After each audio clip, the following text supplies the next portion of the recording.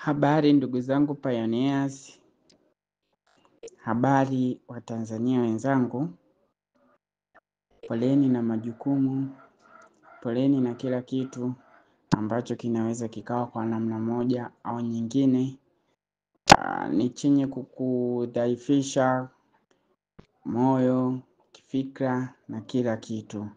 Mungu atufanyie wepesi kila wakati. Ndugu zangu pioneers, mimi siku ya leo kitu kidogo tu ambacho nataka tujaribu kufocus sana, hasa katika kipindi hichi ambacho tupo kwa sasa hivi. Tunatakiwa tuweke kawaida, yani tuwe kawaida sana pioneers, yani tuwe na kiasi.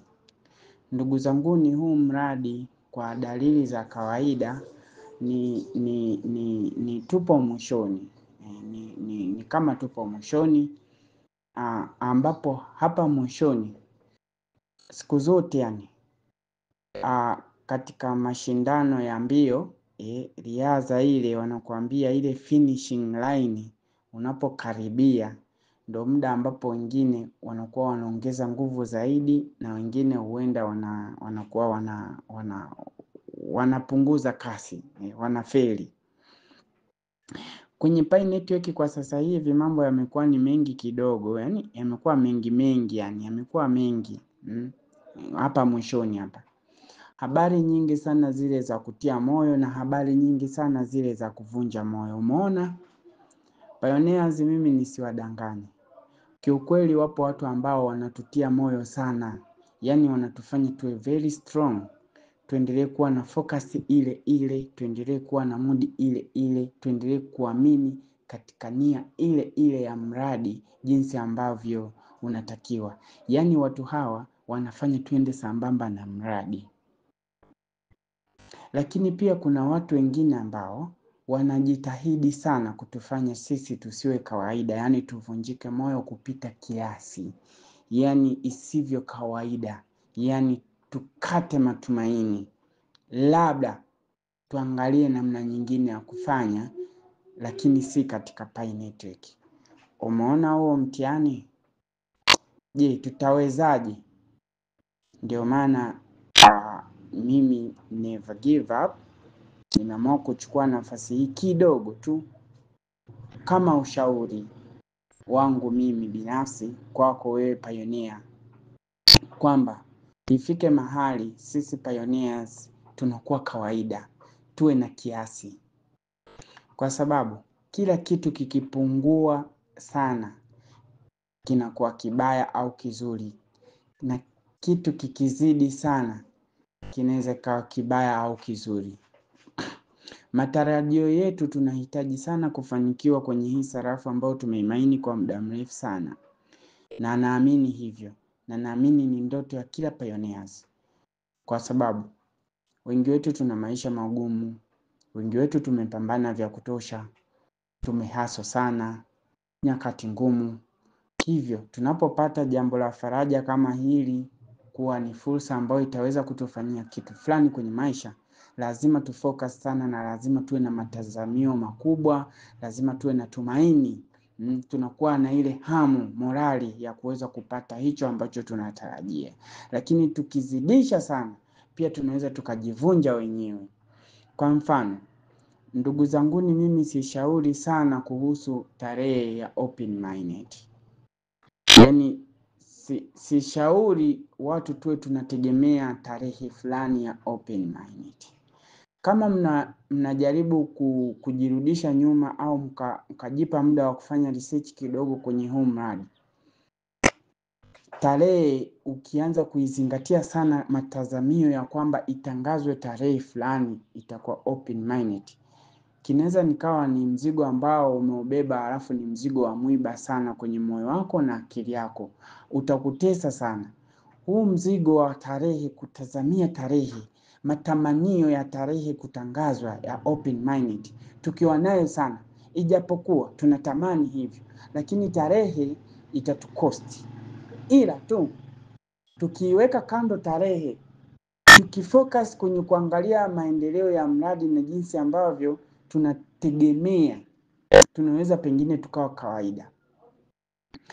Nifikirie mtu akikuahidi kuwa siku fulani na kufanyia kitu fulani, alafu hiyo siku asikufanyie, utaumia sana. Asilimia kubwa ahadi zinaumiza watu sana, hasa pale ambapo zinakuwa hazijatimizwa. Kwa hiyo ikifeli mara ya kwanza, mara ya pili, inampelekea mtu kukata tamaa na kuamini kuwa ni uongo. Yote ni kwa sababu gani? Ni kwa sababu ukweli unauma sana. Yaani ukigundua kuwa haijawa kama ilivyokuwa, itauma sana. Ni afadhali usijue kuwa itakuwa lini. Kwa hiyo tarehe naomba tusiende nazo sana, kwa sababu mfano kumekuwepo na mjadala, kumekuwepo na uvumishi kibao kuhusu namna ambavyo tarehe 22 inaweza kuwa ile ISO 200/22, jinsi ambavyo ina countdown. Hata mimi mwenyewe nimejaribu kuona kwa huenda hiyo tarehe ina kitu ndani yake, lakini kitu gani hatuwezi kujua. Japo tunajua kwa upande mmoja kwamba hiyo tarehe ni kwa ajili ya mifumo ya kibenki, taasisi za kibenki, kwa ajili ya kuingia kwenye kufanya shifting ya kuwa kwenye mfumo wa mpya wa message, utambuzi wa message wa kifinancial. Umeona ile messaging badala ya Swift. Lakini sasa bado kwa kuwa sisi tunapai, unajua kile kihemu, yani kinakuja, yani kiholo fulani hivi umeona. Sasa hii kitu ni nzuri ni mbaya, inaweza kukupa moyo tegemeo, lakini inakuwa mbaya tena pale ambapo haijawa, tukajikuta tena tunakata tamaa zaidi kuliko ambavyo tulitegemea. Kwa sababu gani? Kwa sababu tunaenda na tarehe. Kwa hiyo mimi naomba na napendekeza sana Pioneers, tarehe tuzikwepe sana. Sisi angalau tujaribu kuona kuwa huu mradi ni wa aina gani, kwa sababu tumeishi nao muda mrefu sana. Lazima tujaribu kusoma tabia ya huu mradi.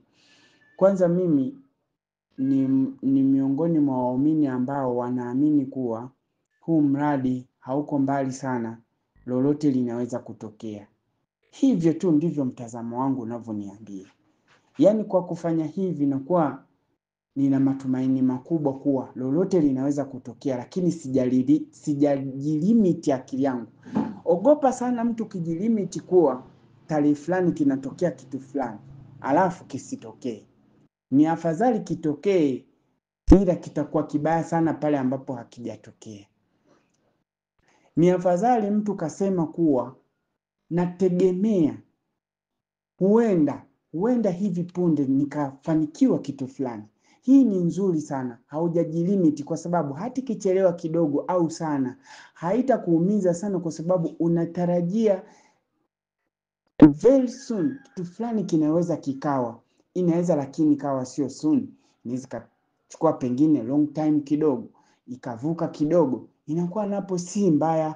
Ni tofauti na tarehe. Tarehe ni umepoint, yani umepini. Unaona? Yani umejilimiti ubongo wako, akili yote ihamie kwenye hiyo siku, kwenye hiyo tarehe. Ni unatamani ifike. Sijui kama unakumbuka kipindi hicho. Mida jioni saa 10 hivi.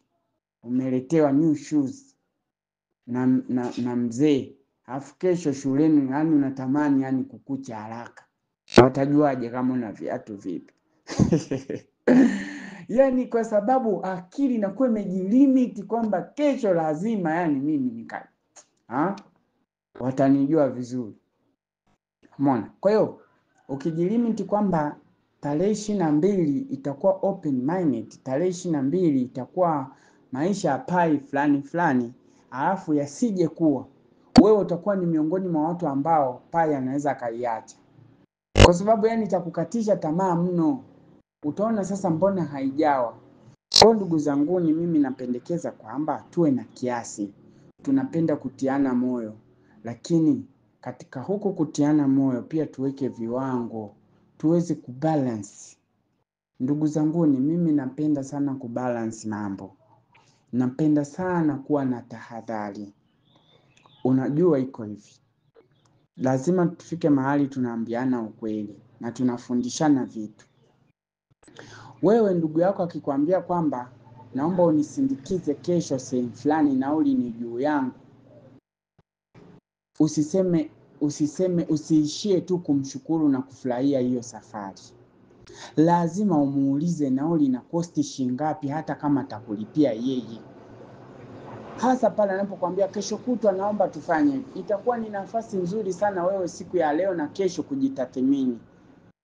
Kwa kuwa atakulipia kila kitu, uwe na akiba kichwani kwamba kama nauli ni shilingi 5,000, inapasa mimi nitafute shilingi 5,000. Vile vile sawa na nauli atakayoenda nayo. Kwa sababu kuna dharura. Inaweza ikawa alitegemea hivyo, kumbe pochi amesahau nyumbani, kumbe pochi ameidondosha. Kumbe alijua hela imo, kumbe imeibiwa mapema kabisa kabla hajagundua hivyo. Ukakuta wewe umedhalilika ama umepata shida kwa sababu ulijiaminisha pasipo akiba. Yaani unajua kila kitu mukide. Ukiambiwa unaenda kununua kitu fulani na ukakusanya hela zako kinauzwa shilingi 20,000, assume kama vile kinauzwa 25,000 ili usiende kukosa. Yaani afadhali kabaki akiba kuliko kukosa. Unaona? Kwa hiyo ili lengo lako litimie lazima uweke akiba ya muda. Ukiambiwa hiki kitu kinachukua mwaka mmoja, pigia hesabu 1.5 mpaka 2 mpaka 3. Hiyo ikukae ili uende sambamba na malengo yako, kwa sababu kuna kufeli. Ukiambiwa ni haraka haraka, wewe chukulia kama ni kuchelewa kidogo. Umeona? Kwa hiyo lazima kila kitu kinahitaji balance. Jamani ndugu zangu, voice yangu hii, point yangu kubwa, Pioneers, kwenye huu mradi tuna pande mbili kama shilingi tu, wanaotutia moyo na wanaotuvunja moyo. Wale wanaotutia moyo ama zile jumbe zinazotutia moyo, tuna watu humu wanapekenyua Facebook, wanapekenyua WhatsApp, wapi huko wanaleta vitu. Ni vitu ambavyo vinahusiana na pai, vingine sio official lakini ndio vya kututia moyo hivyo. Lakini sasa balance itatusaidia sana ili tuweze kusurvive kwa muda mrefu kwenye hii pai na tuweze kufika target. Umeona? Kwa hiyo tusipende sana kuweza kushikilia tarehe hizi jamani, tuachane nazo sana tarehe hizi. Zitakuja kutucost. Timkosasi. Tupo. Ndugu zangu ni Mr. amegusia hiyo ICO 200 zio ngapi hiyo countdown. Ndugu zangu tuwe makini na matapeli. Tuwe makini sana. Tuwe makini sana. Sijui kama katika maelezo ya Mr. mmemuelewa. Kwa hiyo kuna baadhi ya vitu ndugu zangu ni lazima tuweke mzani balanced. Hata kama ni vile tunahisi kama ni vitu ambavyo vinatufurahisha sana, lakini tuweke kipimo kidogo. Na hata vile ambavyo ni vya kutuchukiza vile vile pia tuweke kipimo kidogo. Yaani kuna vitu vya kukukatisha tamaa, lakini basi usikate tamaa kupita kiasi, weka balance vile vile. Umeona? Kwa hiyo ili kuweza kuweka mzani sawa, naamini utakuwa unanielewa. Naamini kwa namna moja au nyingine utakuwa umepata kile kitu ambacho mimi nilikusudia kukuletea, kwamba ndugu zanguni, bashasha zimekuwa nyingi sana, vigelegele ni vingi sana, lakini pia tujiangalie sana. Mimi hasa tarehe za open minded, mimi huu mradi mkiuangalia tu jamani, kiukweli kabisa mimi huu mradi ninavyoona, sijui ni kama ni mawazo yangu tu peke yangu au yani sijui, kwa sababu kila mtu bana na nywele zake. Mimi binafsi naona kama huu mradi wa pai utakuja kusurprise watu wengi sana, au utasurprise watu wengi sana, kwa sababu huu mradi mimi nategemea sana utaenda kiautomatic sana. Yani kunakuwa sio nisemaje jamani, napenda kutumia mfano fulani hivi, lakini naogopa nisije nikaharibu. Kuna vitu vingine unavyozidi kuwa karibu navyo, yani kiotomatiki, vitakuwa kama ambavyo wewe unahisi. Yani mfano, anyways, huo mfano hapana. Nataka uelewe kwamba hii Pi Network open mainnet yake, mimi nafikiria sana kwamba itakuwa tofauti na ambavyo sisi tunafikiria open mainnet. Yani kama vile tunategemea kuwa kuna siku ambayo hiyo siku tu itatokea ambao tutatangaziwa kwamba siku fulani ndo rasmi yani tunaanza kutumia Pi. Hapana. Mimi nahisi kama tu, yani ni mimi, lakini nafikiria kwamba kama ambavyo leo, kesho, siku gani unaamka unakuta kwenye wallet yako kuna dApps umewekewa, wakati hakuna sehemu yoyote ambapo waliposti kwamba wataweka dApp fulani, utazikuta kwenye wallet kipengele cha buy. Ndivyo ambavyo kufumba na kufumbua kama ambavyo wana update. Hebu mimi open mainnet naiona katika zile update ambazo zinatokea na zile na vivinjali vile vinavyoongezeka, ndivyo ambavyo vitakufanya wewe tu unajikuta kiotomatiki unaishi kwenye open mainnet na maisha yanaendelea. Kwa sababu jaribu kuangalia tu mfano mzuri, kuna watu wanapekua wanafanya petition huko kwenye Pi browser. Unaweza kaenda kule ukakutana na ile zile dApps ambazo ziko kule ndani, Pi World, World Bank ile, umeenda kule umeikuta SIB network, umeikuta omenda nini kule, ukafungua vitu ukakuta bei kule. Hicho kitu sidhani kama walikuletea kwenye dashboard, ni wewe umeenda kukuta kule. Wewe siku naamka tu unakuta unaingia kwenye wallet yako kuna vitu vinaenda, yani ndio vinaenda hivyo. Sasa vipi kama siku utakuta bei ziko standard za bidhaa zote ambazo ziko kule zinasomeka kwa Pi vizuri tu, miamala inaenda, unajaribu kufanya hivi inaenda, wewe unafikiri nini kinaendelea? Unaweza kujikuta tuko kiotomatiki, Pi zetu zimegeuka kuwa mambo fresh. Kwa hiyo tarehe zitatuumiza sana. Kuna muda mwingine tutakuja kujikuta tu tunaishi kwenye open mainnet, alafu sisi hatuelewi. Hizi update ni namna tu ambavyo wao wanapendelea kutuambia vitu fulani ambavyo ni vya kuvizingatia, kuintegrate navyo, au tupitie au tujue. Lakini kuna muda ambao wao hawatakuwa tena na muda wa kututumia hivi vitu, zaidi ya kwamba tutaingia sisi kwenye wallet zetu, tutaanza kugundua vitu vinavyoendelea kule na vinafanya kazi vizuri kabisa. Yani chochote unachokifanya it's okay. Balance iliyoko kule ni it's okay. Kila kitu kinaenda yani. Kama ambavyo wewe unakuta Pi zako zimemigrate tu. Yani naingia leo kwenye watu unakuta Pi zimemigrate. Sasa vipi Pi ukikuta kwenye bei ya GCV na display kabisa na bei yake pale, thamani ya assets zako? Tajikuta ndo tunaishi kwenye open mainnet hivi. Umeona? Kwa hiyo mimi tarehe, ndugu zangu, nahisi kama zitatupoteza sana. Tusipende sana kuaminishana tarehe hizi za open mainnet. Mimi napenda tu tujaribu kuweka sawa akili zetu, tutambue kuwa yawezekana mradi hauko mbali sana kivile, kulingana na muda uliotumika. Wewe mwenyewe tu unajiongeza kwamba hivi miaka 6 kweli, 1 2 3 kama ambavyo white paper inatuongoza, kilifanyika hichi, kuna conditions kadhaa waliweka, vipi, mbona kama zimetimia, au kuna kipi cha ziada kingine?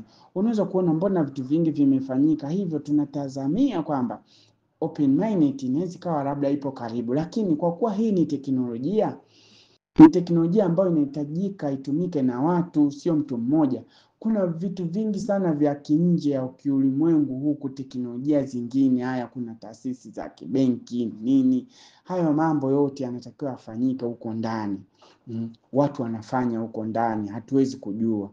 Kwa hiyo tusijipe pressure sana na mitarehe jamani. Mimi naona tu matarehe haya tungeyaweka pembeni, tutaishi kwa amani sana. Hata huu mwaka uishe bila open minded au kuona dalili yoyote ya pai yako kukusaidia wewe, inaweza kuwa fresh tu kwa sababu unajua kuwa unaishi katika mradi ambao una vision yake. Unaishi katika mradi ambao ulitahadharishwa kuwa sio wa haraka haraka. Alafu unaishi kwenye mradi ambao ni teknolojia, ambapo tayari wewe ni umejifunza kitu kupitia hii pai. Umejifunza, umekuja kujua kumbe kuna sarafu zinaitwa Bitcoin. Zenyewe mpaka sasa hivi mbona ni maisha makubwa, lakini mbona naambiwa kwamba hii pai hii Bitcoin, mbona tunasimuliwa Bitcoin imeanza sio 2000 na ngapi huko na 9 mara sio ilikuwa na bei fulani. We hizo unapopata hizo habari ni baada ya wewe kuja kwenye pai, utaanza kujiendeleza mwenyewe sasa kwamba kumbe hizi ni teknolojia bana. Kufumba na kufumbua inaweza kubadilisha kila kitu kwenye maisha yako. Inaweza kukufanya wewe yani ukabadili maisha kupitia teknolojia.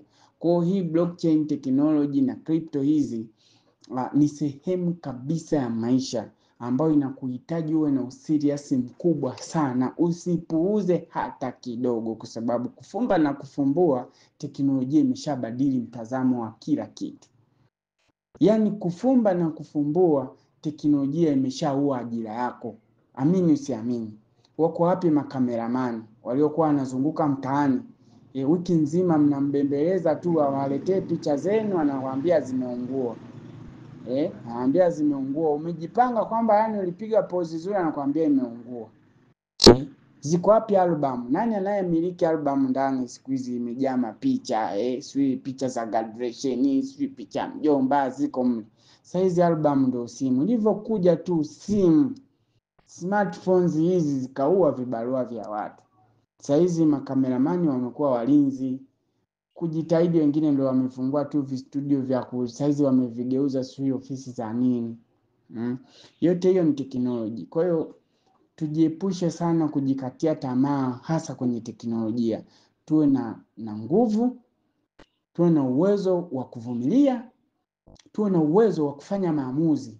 Kutambua kuwa teknolojia si kitu ambacho kinahitaji kubembelezwa wala kitu ambacho kinatakiwa wewe uwe na uhalaki. Mtakiwa uelewe kuwa teknolojia inaweza kubadili wakati wowote mtazamo wa dunia. Sawa, haihitaji kubembelezwa. Kwa hiyo ukikomaa akili yako na kujua umuhimu wa teknolojia, basi Pi Network utaichukulia katika uzito mkubwa. Usibeti kwenye hizi project, kwenye teknolojia usibeti kwamba eti kuna maisha unayoishi afu huku unabahatisha. Utakuja kuumia kwa sababu kesho na keshokuto utajikuta huko nje ya box. Ulizania ni masihara eti. Kwa hiyo kuchukua muda sana labda isiwe kigezo. Mimi na kwenye hilo pia lazima nikuweke sawa. Pioneer, miaka 6 ni miaka michache sana na ni miaka mingi sana, kwa sababu ukilinganisha miaka 6 ambayo wewe umeinvolve kwenye pai, umemine pai, unahisi kama umefanya kazi ngumu. Hebu iweke pembeni kidogo. Chukua miaka ya kwako wewe ambao umesurvive na mishe zako wewe ni mingapi. Kwa hiyo tuone kati ya wewe na hii teknolojia ni nani ambaye kautumia muda mwingi na nguvu nyingi pasipo mafanikio. Kwa hiyo utajikuta kuwa ukimnyoshia mwenzio kidole kimoja, vidole vitatu vyote vinakuelekea wewe. Kwa hiyo usilaumu, kwa sababu na wewe usije ukalaumiwa. Usije ukalaumu teknolojia za watu hasa ambazo una ushahidi kabisa jinsi ambavyo zinabadilisha ulimwengu, jinsi ambavyo AI zinavyoenda kufanya maisha.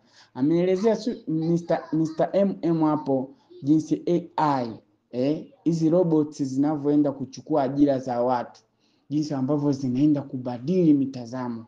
Wewe utahitaji kila kitu. Nimeisahau jina, filamu moja hivi ameicheza Jennifer Lopez. Ile picha inaelezea kitu halisi ambacho Mr. MM alikuwa anakisema. Yaani unavyotaka wewe, msaada unaoutaka wewe, chochote unachotakiwa kufanyiwa, unauliza, unaongea, unabonyeza, unaambiwa bonyeza hivi. Yaani robots zitakuwa na uwezo wa kukusaidia hata wewe namna ya kuzitumia. Yaani yenyewe inakuelekeza jinsi ambavyo wewe unapaswa uitumie.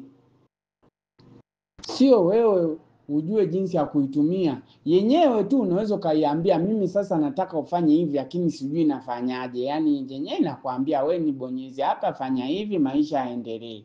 Mimi ndo nitakuwa sawa. Na ina uwezo wa kukuambia madhaifu ilionayo. Kama ina hitilafu ikakuambia mapema kabisa, hebu fanya kitu fulani, mimi siko sawa. Sije nikakuharibia mambo yako, utashindwa kufanya 1, 2, 3, mimi sipo sawa hili wiki. Jamani, mambo yanatisha sana. Kwa hiyo tujiepushe sana na masuala ya kujifanya kama pai inachelewa, wakati hata sisi wenyewe tumepanga muda mrefu, tumedaiwa muda mrefu, vikoba muda mrefu, biashara muda mrefu, mitaji muda mrefu, hatujapata. Hata kununua pikipiki hatujawahi. Tena miaka kutosha tu. Mikoa na mikoa tumezunguka biashara. Ajira tumefanya zaidi, yani hazihesabiki kwenye listi.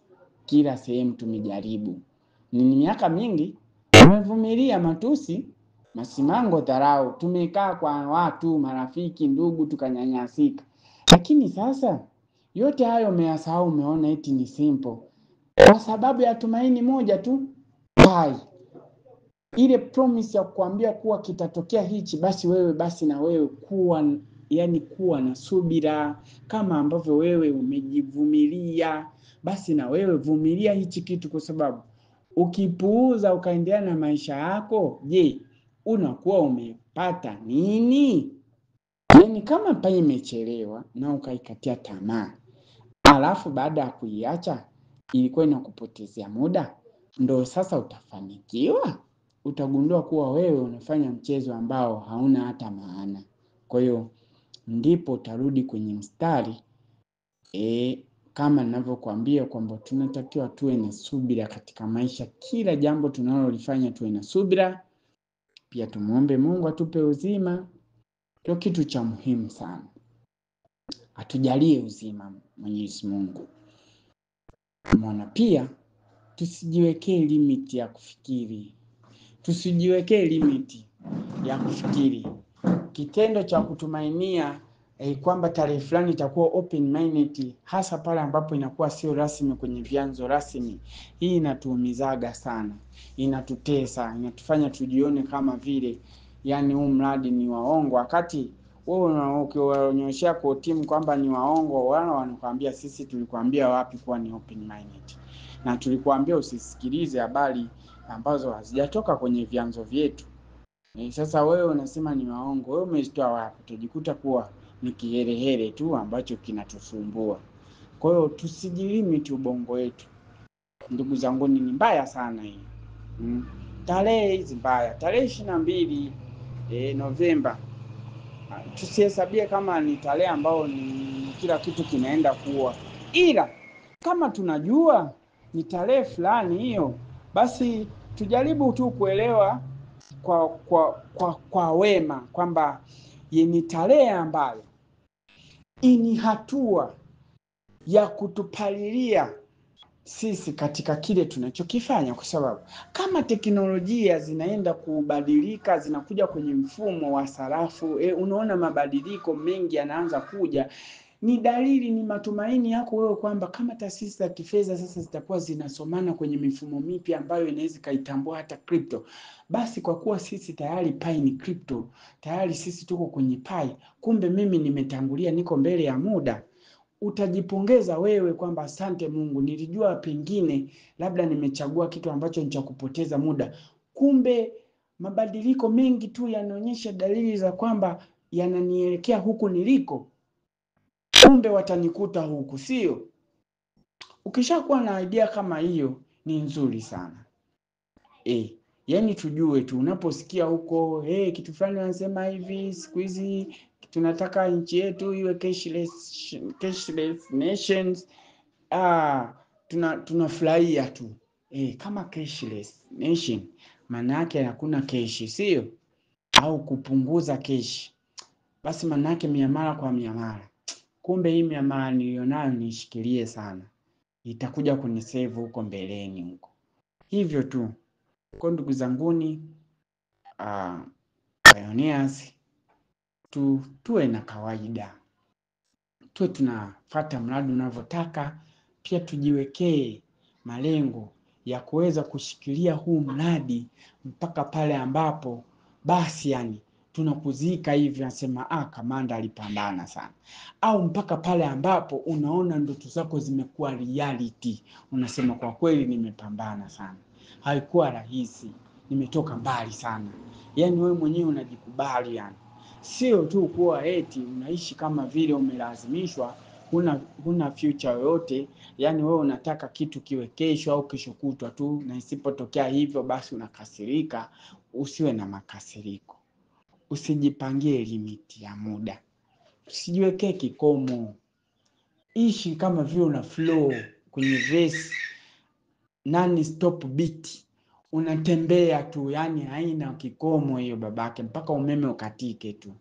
Yani fanya kama non stop mpaka pale ambapo Mungu yani atatengeneza maisha yako kwamba wewe utaendelea kuishi ama ndo mwisho wa kuishi.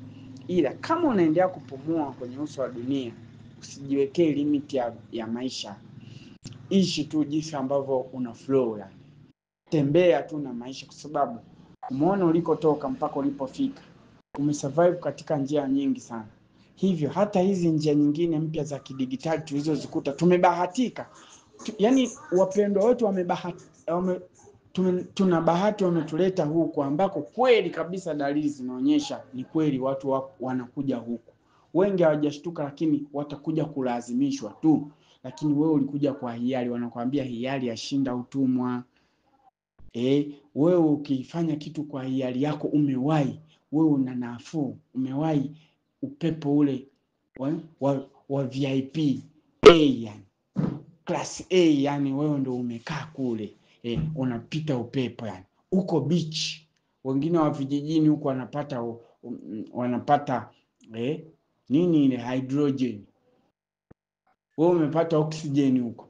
Unakula upepo na kupiga huko baharini, unavuta. Kwa hiyo unavoutoa yani wewe ushavuta oxygen, ishatoka. Wengine huko wanakuja kupata hydrogen huko. Umeona? La hayo, umetangulia mbele. Umeona? Dereva anakula upepo mzuri kuliko wewe. Yani hii teknolojia Web3 hii, wewe unaambiwa mambo ya crypto mine pi wewe, alafu huku unasikia kabisa nchi zetu zinaanza kujadili mabungeni mambo ya Bitcoin, sweet blockchain nini. Ni huko blockchain ndio hii inayotengenezwa hii open mind nini. Pai hizi huko ndani sui wallet Web3 nini sui passphrase, yani ndio maisha yanaenda huku. Mtu kati anaenda kuondolewa. Sasa wewe kama unashangaa afu unajivunja wewe mwenyewe kwa kujipa tarehe za nani, afu isitokee unaanza kujisikia vibaya tena. Naacha mradi bure. Kwa mimi nakusaidia tu usije kaacha mradi bure kwa sababu ya kuwa na matumaini makubwa ambayo unashindwa kuyabeba. Unatakiwa wewe ukiwa na matumaini makubwa basi kuwa kama mimi basi. Kwa sababu hata nijifanyeje yani sijivunjaji yani. Yani mimi hata nijipe matumaini makubwa, afu yakibadilika yani badilishi chochote na change gear angani hapo. Umeona? Kwa hiyo nitakuwa na moyo mgumu yani. Yani wewe, mimi nahofia sana kwa wale ambao ni wadhaifu. Yani wewe pai labda tunategemea mwaka huu afu haijatokea, labda tumeiongelea vitu vingi afu haijatokea, afu hapo na wewe umededi. Una change gear, unaojiopaleti yani humo. Umeona? Kulingana na hali tu unaibeba jinsi ilivyo, maisha yanaendelea. Umeona? Uwaga na moyo mgumu mpaka pale ambapo unapata jibu lako la mwisho.